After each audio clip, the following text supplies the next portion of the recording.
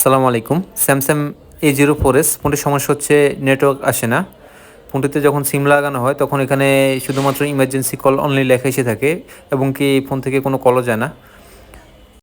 স্যামসাংয়ের ফোনগুলোতে সাধারণত সিম কার্ড লাগানো না থাকলেও নেটওয়ার্ক দেখায়। আমরা এখানে সিম কার্ড লাগিয়ে চেক করছি, এখানে সিম কার্ড পাই কিন্তু ইমার্জেন্সি কল অনলি লেখা এসে থাকে। এই মুহূর্তে আপনাদের দেখানোর চেষ্টা করব কীভাবে আমরা এই সমস্যাটি সমাধান করে থাকি। এই সমস্যাটি মূলত এটা যে 4GPA আইসিটি আছে এই আইসি থেকে হয়ে থাকে।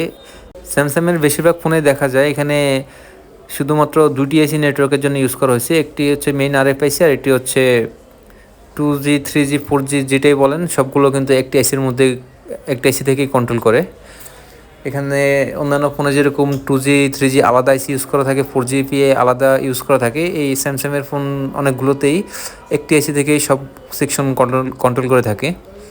আমরা মাদারবোর্ড থেকে আইসিটি তুলে নিয়েছি এবং কি মাদারবোর্ডকেও যথেষ্ট ক্লিন করে নিয়েছি। এখন আমরা এখানে অন্য আরেকটি আইসি লাগিয়ে দেব।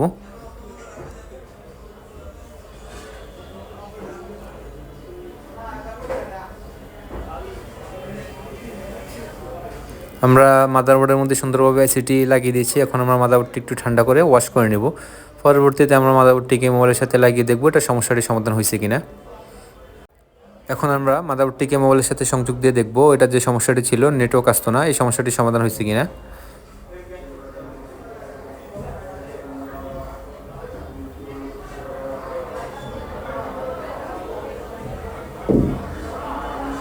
আমরা মোবাইলটি চালু হওয়ার জন্য একটু অপেক্ষা করব।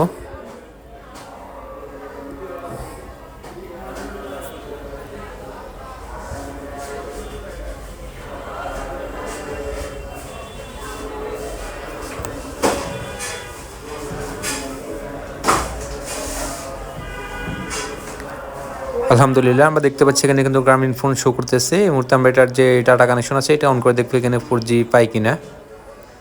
এই ধরনের ভিডিওগুলো আমরা প্রতিনিয়ত আমাদের পেজে আপলোড করে থাকি। ভিডিওটি ভালো লাগলে অবশ্যই পেজটিকে ফলো দিয়ে রাখবেন।